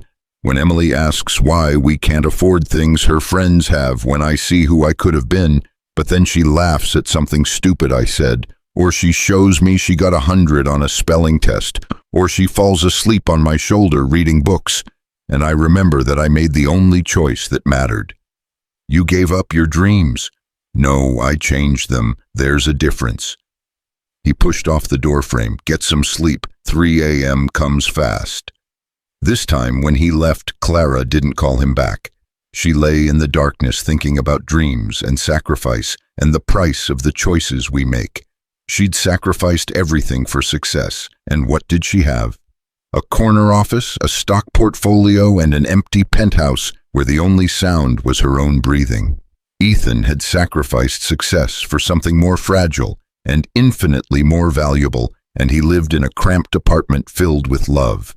The math didn't make sense, except it did. True to his word, Ethan woke her at 3 and again at 6. Each time she was okay, the headache fading, her mind clearer. When she finally got up for good at 7:30, she found Emily at the kitchen table doing homework and Ethan making breakfast, the apartment smelling like coffee and toast. Morning, Emily said cheerfully. You look better. The stitches are less scary now. Thanks, I think. Do you like pancakes? Daddy makes them on Wednesdays because Wednesday is the middle of the week, and the middle is always the hardest part. Clara smiled despite herself. I like pancakes. Ethan flipped 3 perfect circles on the griddle. Emily's theory is that breakfast foods improve everything. She's not wrong. They ate together again, that strange ritual of shared meals at a table barely big enough for 3. Emily kept up a running commentary about school, about her teacher who wore funny earrings, about the science project that was due Friday, and how she wanted to do something about storms, since they'd just had such a big one. Maybe Miss Stratton could help you, Ethan suggested. She runs a technology company, probably knows a lot about data and weather patterns. Emily's eyes lit up. Really? Would you help me? Clara, who hadn't helped anyone with homework since she'd been in school, found herself nodding. Sure, what's your topic? How do meteorologists predict storms? I want to know why they knew this one was coming, but people still got hurt. It was a more profound question than the girl probably realized. Clara thought about her own drive home, about ignoring the warnings, about thinking she was somehow above the danger. That's a really good question. Sometimes people know the danger is there, but convince themselves they'll be fine anyway. That's dumb. Yeah, Clara said quietly. It really is. After breakfast, while Ethan cleaned up, Emily pulled out her science notebook and spread research materials across the couch. Clara found herself explaining atmospheric pressure and radar technology, watching the girl's face light up with understanding, feeling something unfamiliar and warm at being able to share knowledge with someone who genuinely wanted to learn. You're really smart, Emily said after an hour. Daddy's smart too, but different smart. He knows how things work. You know why they work. Your dad's smarter than you think. He just hasn't had the chance to show it. Emily looked at her father, who was now fixing something under the kitchen sink, his shoulders visible as he worked. I know he's smart. I just wish other people knew it too. The words hung in the air, a child's simple wish that held an entire world of complexity. Clara watched Ethan work, saw the competence in his movements, the problem-solving intelligence that had been relegated to maintenance work, and felt something shift inside her. Around noon, Clara's phone rang. She'd managed to charge it enough to make calls, though the screen was still shattered. Patricia's number flashed across the broken glass. "Ms. Stratton, thank God. I've been trying to reach you. Where are you?" "I'm safe. The roads were too flooded to get home, so I found somewhere to stay until they clear. The board is asking questions. They want to know about the accident, about your condition, about the Singapore deal. Tell them I'm fine and the deal closes as planned. I'll conference in from here." "From where exactly?" Clara looked around the small apartment, at Emily doing homework, at Ethan, now sitting in an armchair reading something that looked like an engineering journal. "Somewhere I'm learning more than I would in any boardroom." Patricia paused, clearly confused. "Ms. Stratton, are you sure you're okay? Did you hit your head harder than—" "I'm fine, Patricia, better than fine. I'll be back in the office when the road's clear. Until then, handle what you can and send me anything urgent via email." She hung up before her assistant could ask more questions. Ethan was watching her, his expression unreadable. "You don't have to stay," he said. "If you need to work, if this is too much, I'm exactly where I need to be." The afternoon passed in a way Clara hadn't experienced in years. No meetings, no emails, no constant pressure to perform. Instead, she helped Emily with her project, listened to Ethan explain how he was fixing the sink with parts he'd MacGyvered from other appliances because new parts cost too much. Watched them interact with the easy rhythm of two people who knew each other completely. Around 3, there was a knock at the door. Ethan answered it to find an elderly Chinese woman with kind eyes and a covered dish. "Mrs. Chen, you didn't have to do this. The flooding damaged my kitchen. Can't cook, but I made this before plenty left. You take." She thrust the dish at him, then noticed Clara. "Oh, you have guessed." "Mrs. Chen, this is Clara. She was in an accident and needed somewhere to stay. Clara, this is Mrs. Chen, our neighbor, and Emily's after-school guardian angel." Mrs. Chen's eyes went sharp, assessing. Then she nodded once. "Good. Mr. Cole is too alone. Needs more people. You stay, you eat, you learn what good man looks like." Before Clara could respond, the woman was gone, leaving behind a dish that smelled incredible and a pronouncement that felt like a benediction. "She's direct," Clara said. "She's earned it." Ethan carried the dish to the kitchen.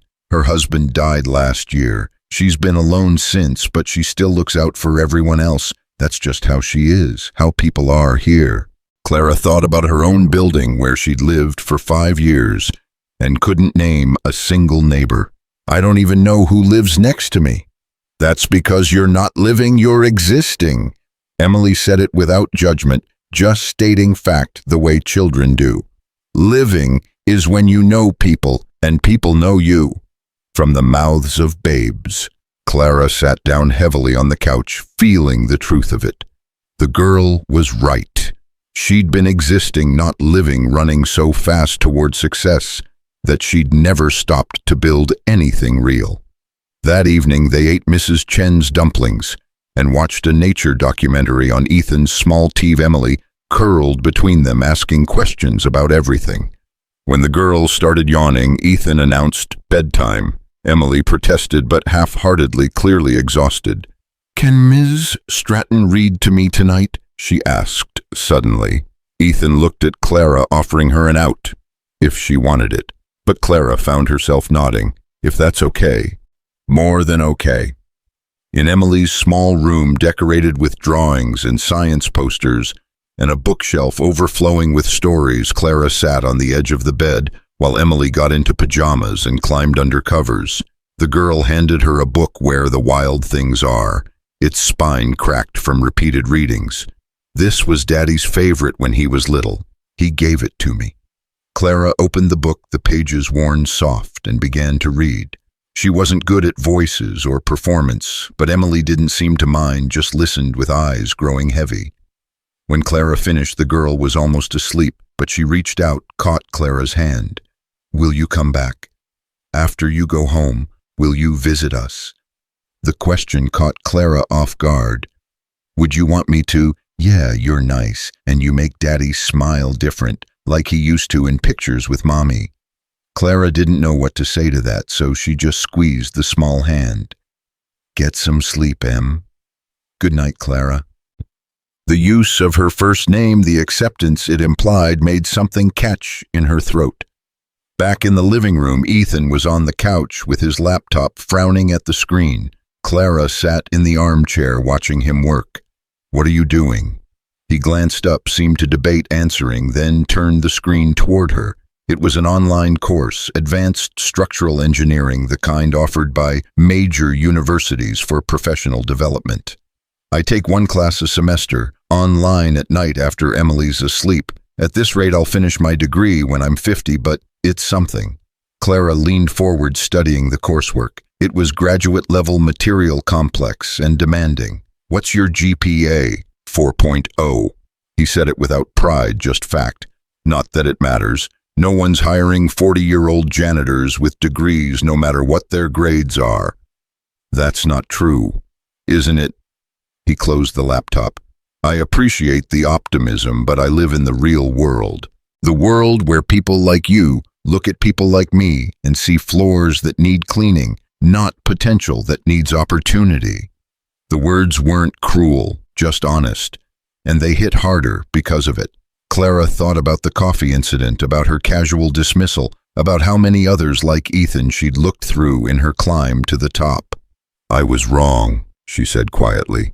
What I said that morning, how I treated you. I was cruel because I was embarrassed, and I took it out on someone who couldn't fight back. That's not leadership, that's cowardice. Ethan was quiet for a long moment. You know what hurt most?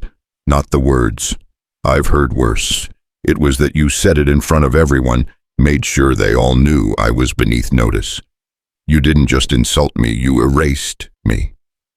I know, and I'm sorry, truly, deeply sorry. It's not enough, but it's all I have. Why? He looked at her directly. Why did you become that person? You have this degree, this intelligence, this power. What happened that made you think you had to step on people to rise? Clara thought about her answer, really thought about it, because he deserved honesty. My father. He ran a small manufacturing firm, treated his workers like family. When the recession hit, he refused to lay anyone off, took out loans to keep them paid, mortgaged everything to keep the doors open. It bankrupted us. We lost our home, our savings, everything.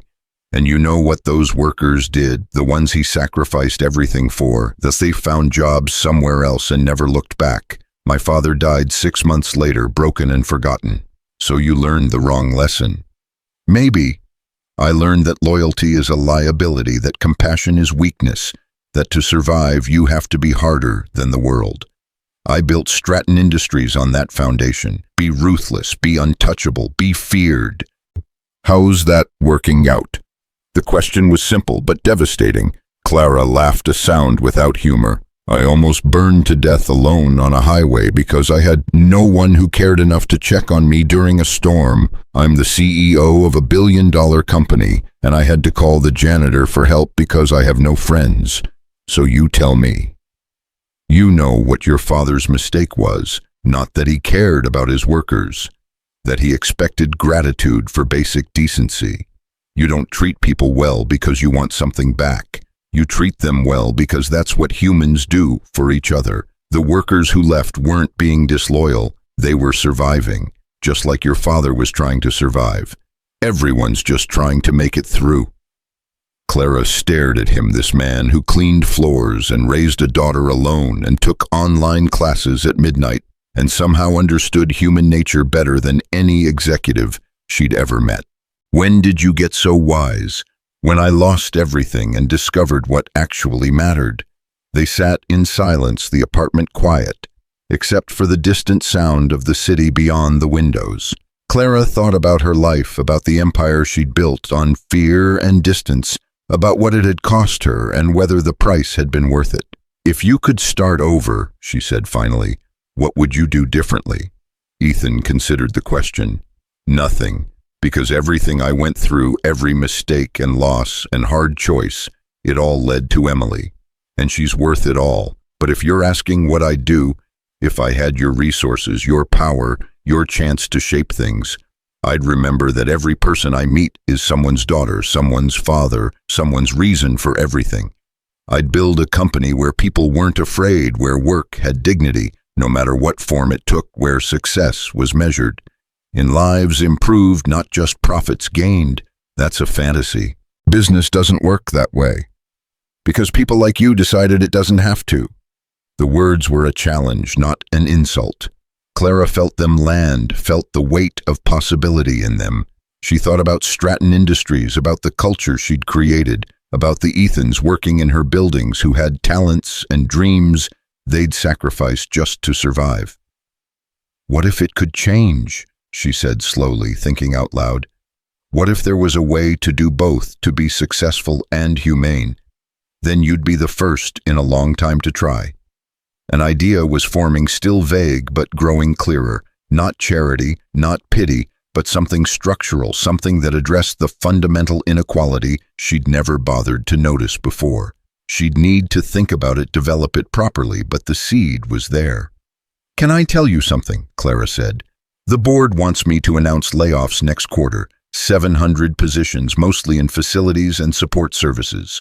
It would boost our profit margins by 8%. People like me. Yeah, people like you. I was planning to announce it next month." She met his eyes. "I'm not going to do it." "That's not why I told you my story." "I know, but it's why I needed to hear it."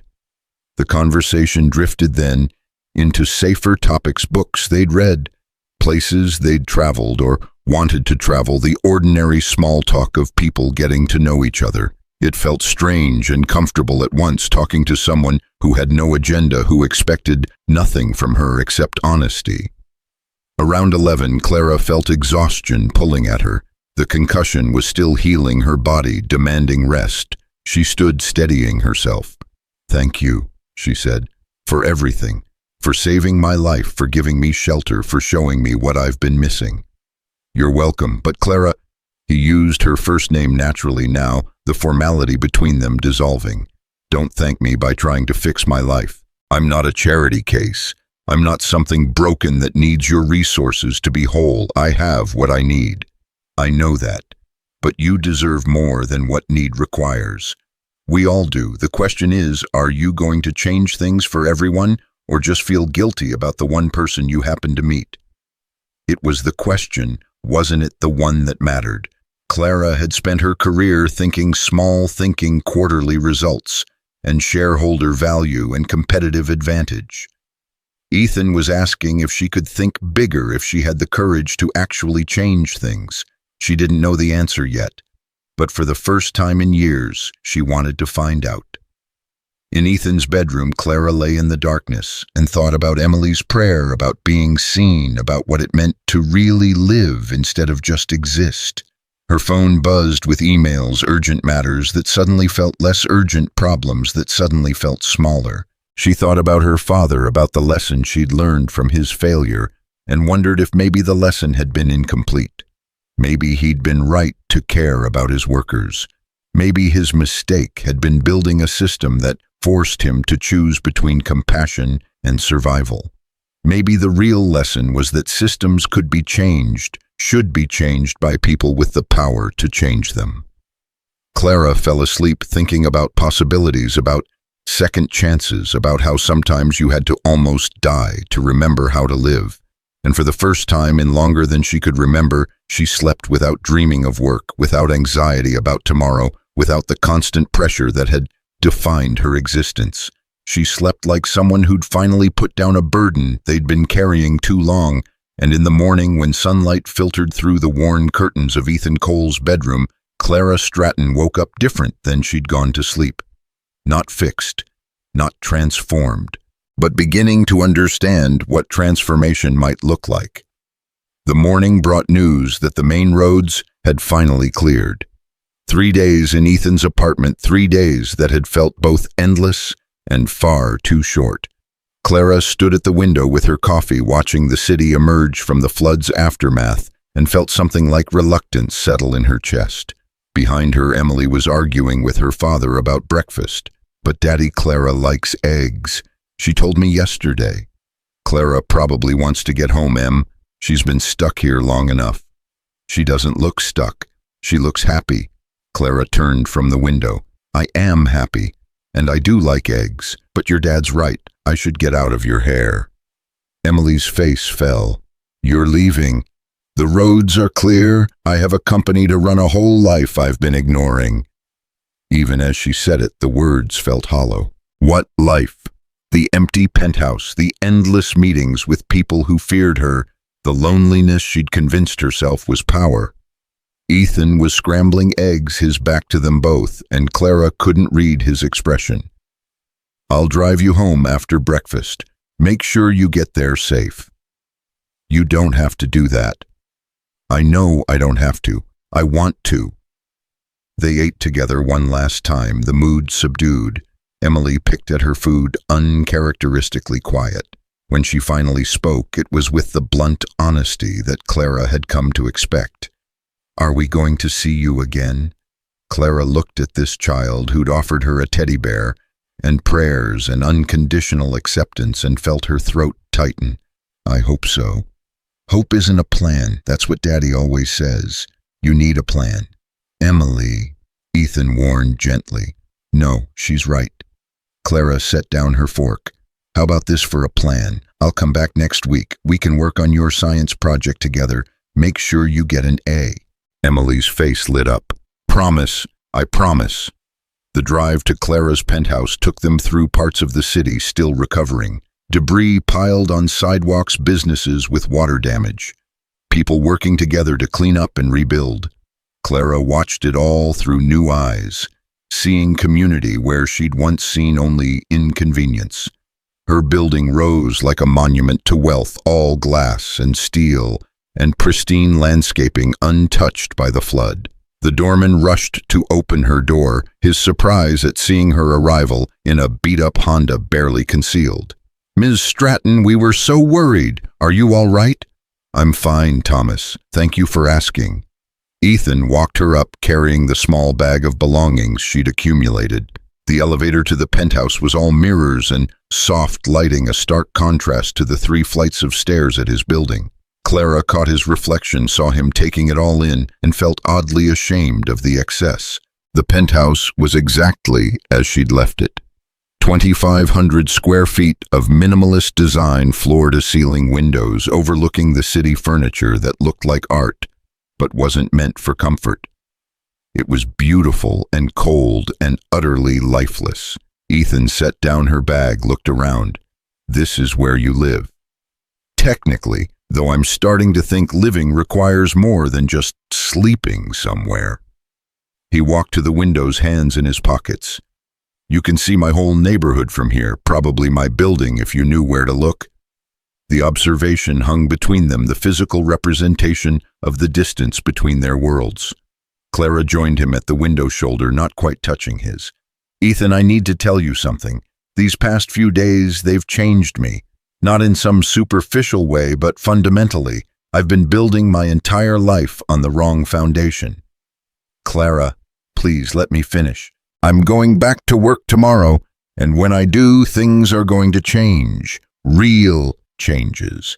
Not just at Stratton Industries, but in how business operates, how we value people, how we measure success. I don't know exactly what it looks like yet, but I know it starts with dignity, with seeing people. He turned to face her. That's good. That's really good. But don't do it because of me or because you feel guilty. Do it because it's right. I'm doing it because a man I humiliated saved my life and then showed me what living actually means. I'm doing it because an 8-year-old girl prayed for my soul and meant it. I'm doing it because I almost died and realized I had nothing worth dying for. Ethan's expression was unreadable. What happens when the guilt fades? When you're back in boardrooms with people who think like you, used to think, will you remember this, or will it become just a story you tell yourself? I don't know, she said honestly, but I'm going to try. That's all anyone can do, right? Try to be better than they were yesterday. He nodded slowly. Then I hope you succeed. I really do. They stood there for a moment, the city spread out below them, and Clara realized she didn't want him to leave. didn't want to be alone in this beautiful empty space. But she could see in his posture that he was already halfway gone, already returning to the life where he belonged.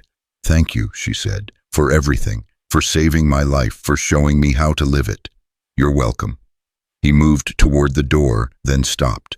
"Clara, whatever you're planning, whatever changes you want to make sure they last beyond your memory of these 3 days. Make sure they're real."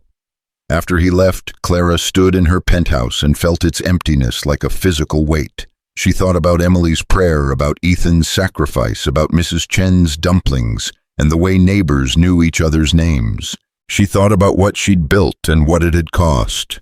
Then she opened her laptop and started writing. The next morning, Clara walked into Stratton Industries for the first time in a week. The stitches on her forehead had been removed, leaving a thin red line that she didn't bother to hide. Patricia met her at the elevator, tablet in hand, already rattling off urgent matters. "The board wants a full briefing on the accident. Legal wants to discuss liability. Singapore's deal closed successfully, but Hong Kong is asking for..." "Patricia, stop." Clara stepped off the elevator, looking at her assistant, really looking at her for maybe the first time. "How are you? Did the flooding affect your neighborhood?" Patricia blinked, thrown by the question. My basement flooded, lost some stuff, but I'm okay. Take whatever time you need to deal with it, and submit the expenses. The company will cover the damage." "Ms. Stratton, that's not company policy." "Then we're changing the policy. Schedule an all-hands meeting for this afternoon. Everyone. Every employee, every level, mandatory. That's 5,000 people. We don't have a space that..." "Then live stream it. I don't care how, just make it happen." Clara walked through the building with new eyes. She saw the janitors working the security guards at their posts, the cafeteria workers preparing lunch, all the people she'd looked through for years. She saw Ethan in each of them, saw their stories, their sacrifices, their worth.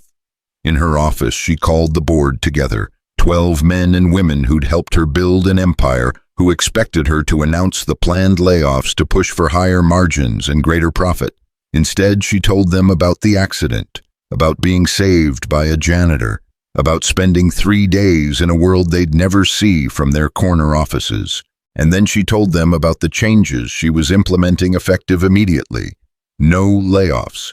Instead, a human dignity initiative. Healthcare expansion, education benefits, career development paths for every position, profit sharing across all levels, a restructuring of the entire corporate culture from the ground up. The board erupted. Voices overlapped, objections flew, accusations of emotional decision-making and fiduciary irresponsibility filled the room. Clara let them talk, let them vent, and then she stood.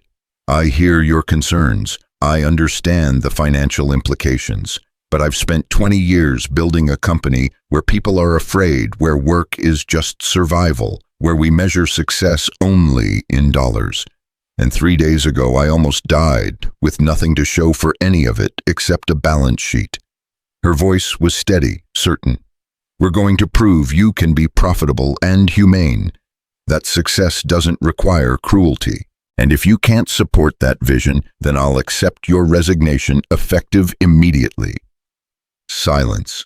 Then one by one they nodded. Some reluctantly, some with genuine support, but they nodded. The all-hands meeting that afternoon was unprecedented. 5,000 employees watching via screens throughout the building and streaming from home, all wondering what the notoriously cold CEO wanted to announce. Clara stood in the main auditorium, no podium, no notes, just her and a microphone and the truth. "Last week I was in a car accident. I almost died, and the person who saved my life was someone I'd humiliated the day before." She paused, letting that sink in. "His name is Ethan Cole. He works in building services. I don't expect you to know him because I didn't know him either. I didn't know any of you. I knew positions and functions and outputs, but I didn't know people."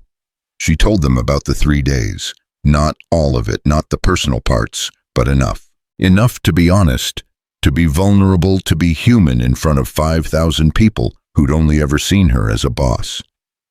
Here's what I learned. Every single person in this company has a story, has dreams they've put on hold, has talents we're not using because we're too busy thinking about quarterly results. And that's my fault.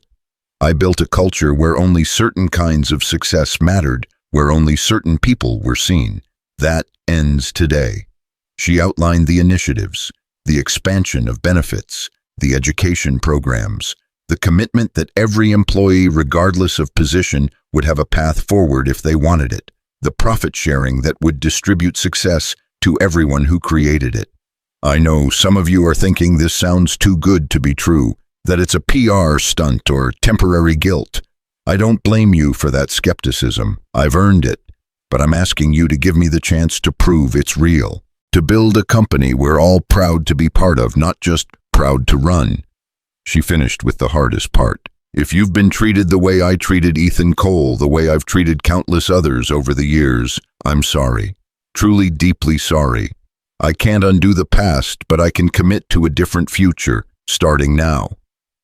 When she finished, there was silence.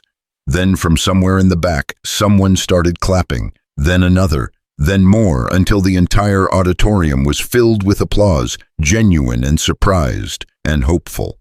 After the meeting, Clara returned to her office to find Marcus, the building services supervisor, waiting. "Ms. Stratton, can I speak with you?" "Of course." He looked uncomfortable, shifting his weight. "Ethan's a good man, one of the best. And what you said today about education programs and development paths, he needs that. He's got a degree halfway finished. Took him years to get that far working full-time. If there's any way, tell me about his work, his skills." Marcus's face lit up. "He's brilliant with systems, with problem solving. Half the innovations we've made in building efficiency came from him. He just doesn't get credit because he's not in a position where credit matters." Clara made notes, plans forming. "Thank you, Marcus, for looking out for him. He'd do the same for any of us." Over the next weeks, Clara threw herself into the transformation. She met with every department head, revised policies, implemented programs, and most importantly, listened. She listened to stories like Ethan's, to struggles and dreams, and the quiet desperation of people just trying to make it through. She also kept her promise to Emily. Every week she drove to the south side, climbed 3 flights of stairs, and helped with homework or shared dinner or just talked. She met more neighbors, learned names, became part of the fabric of a community she'd never known existed. Mrs. Chen adopted her immediately. "You're learning. Good. Rich people need to learn." Ethan remained cautious, friendly, but distant, as if waiting for Clara to revert to who she'd been. She didn't blame him. Trust was earned slowly, and she was starting from negative ground.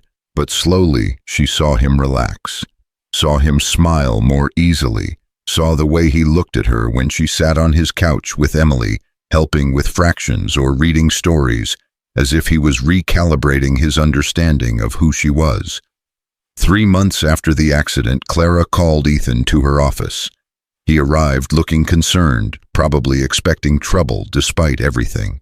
"Sit down," she said, "please." He sat, and she slid a folder across the desk. He opened it, confusion crossing his face as he read. "What is this? It's a position. Senior Facilities Operations Manager, not entry level.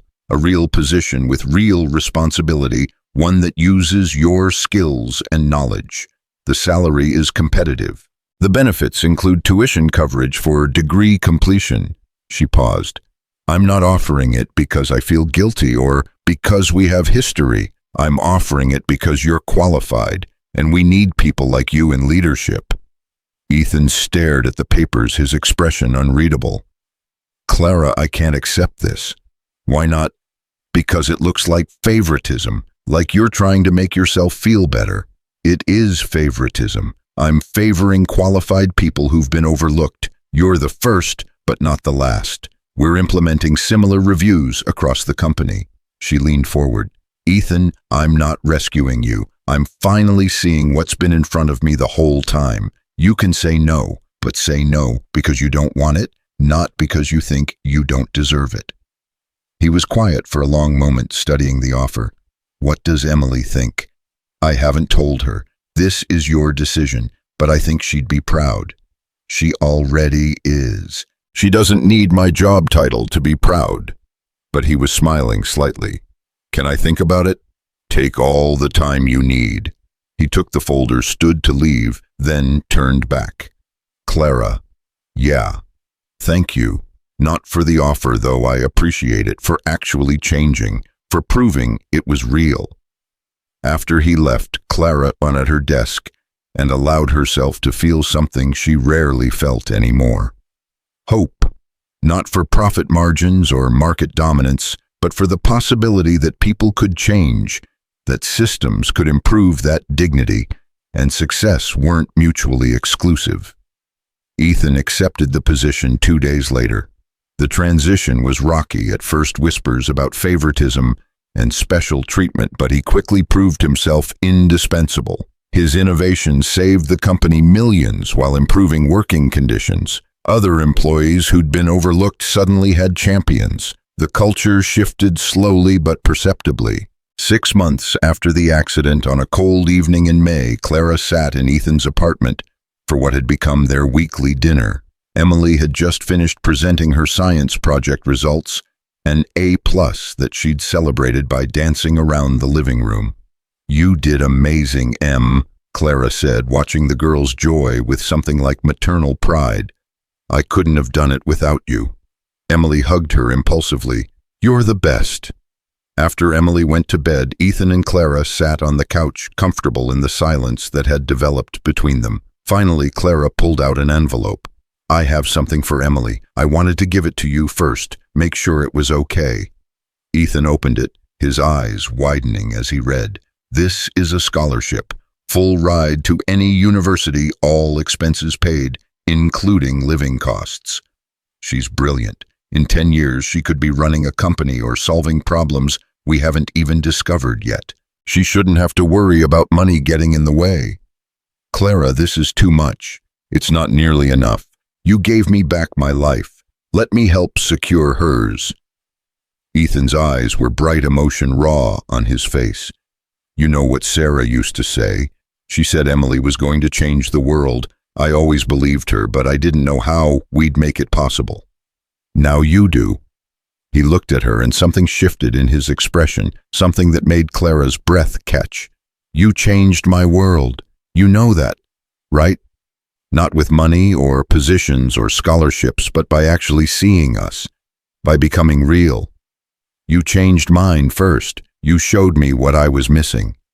They sat there in the small apartment, the city humming beyond the windows, and Clara realized this was home. Not her penthouse with its view and its emptiness. This cramped space full of love and laughter and people who saw each other completely. "Come in," Ethan had said that night in the rain before I changed my mind.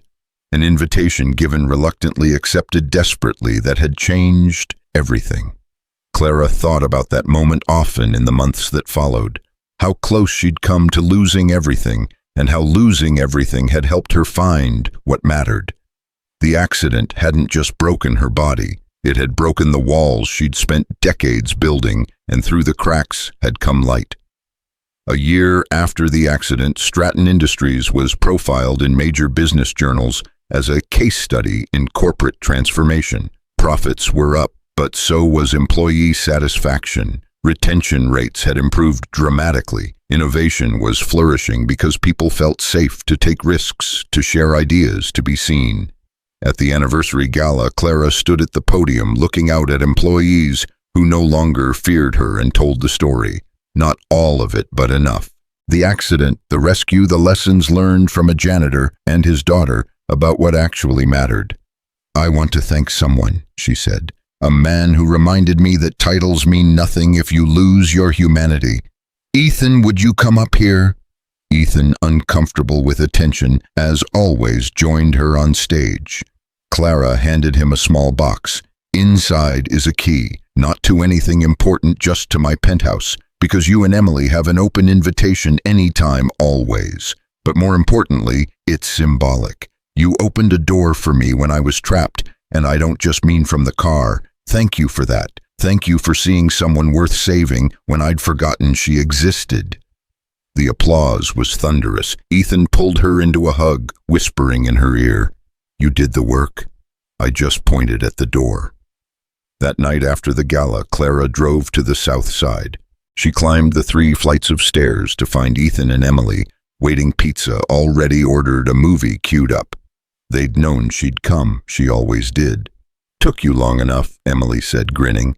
"Movie starts in 5 minutes. Clara sat between them on the couch with the broken springs, and as the opening credits rolled, she felt Emily's head rest on her shoulder, felt Ethan's arm along the back of the couch, felt the weight of connection and belonging and being known. She thought about the woman she'd been a year ago, the one who'd spilled coffee on a janitor, and thought nothing of it. That woman was gone, burned away in an accident that had destroyed everything superficial and revealed what was real. She thought about her father, about the lesson she'd learned wrong. He hadn't failed because he cared about people. He'd succeeded because he cared, even if the world didn't reward him for it. The real failure would have been becoming someone who stopped caring, who measured worth only in dollars, who looked through people instead of seeing them. "What are you thinking about?" Ethan asked softly.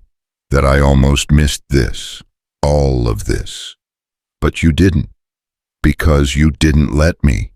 Emily, half asleep already, mumbled something about them being mushy. They laughed, and the movie played, and outside the city went on, full of people with stories and struggles and dreams, all of them worthy of being seen. Clara Stratton had learned what Ethan Cole already knew. That true strength wasn't about power, but about the courage to change when grace finds you. That success meant nothing if you achieved it alone. That the floors you cleaned, the work you did, the life you built, mattered less than the person you became while doing it. She'd come into Ethan's apartment that first night, desperate and broken, and he'd said, "Before I change my mind," offering reluctant shelter to someone who'd hurt him. He'd had every right to refuse to leave her, to figure things out alone, to let karma balance the scales. But he hadn't. Because that's what people do. They help each other, and in helping, in being seen and seeing others, both of them had found something more valuable than any corner office or title or bank account. They'd found themselves. They'd found home. They'd found the truth that had been waiting beneath all the noise and ambition and fear, that we're all just people trying to make it through, and the ones who make it are the ones who remember we're not meant to do it alone. The movie ended. Emily had fallen completely asleep, curled against Clara's side. Ethan gently lifted his daughter, carrying her to bed. Clara heard his soft voice reading a bedtime story, even though Emily was already dreaming. When he returned, he sat back down, closer this time. "She loves you, you know. Calls you her bonus mom." Clara felt tears prick her eyes. "I love her too. I love both of you." "We love you back. That's how this works." It was how it worked. Simple and complicated and utterly transformative. Love that wasn't transactional or conditional or based on utility. Love that just existed because people chose to see each other, to show up, to say come in when it would be easier to close the door. Clara Stratton had risen from the floors she once looked down on, but more importantly, she'd learned that rising didn't mean climbing over people. It meant lifting them with you. It meant remembering that every person cleaning a floor, serving a meal, securing a building had their own story of sacrifice and strength. It meant building a world where dignity wasn't reserved for those at the top, but was the foundation everything else stood on. She'd learned it from a janitor who'd never stopped being more than his job title, from a daughter who saw the world with uncomplicated clarity, from a community that took care of each other because that's just what people did. And in learning it, she'd finally become someone worth saving, not the CEO, not the powerful executive, not the woman with the corner office, just Clara. Imperfect learning, trying, showing up, being seen and seeing others. It was enough. It was everything. It was grace.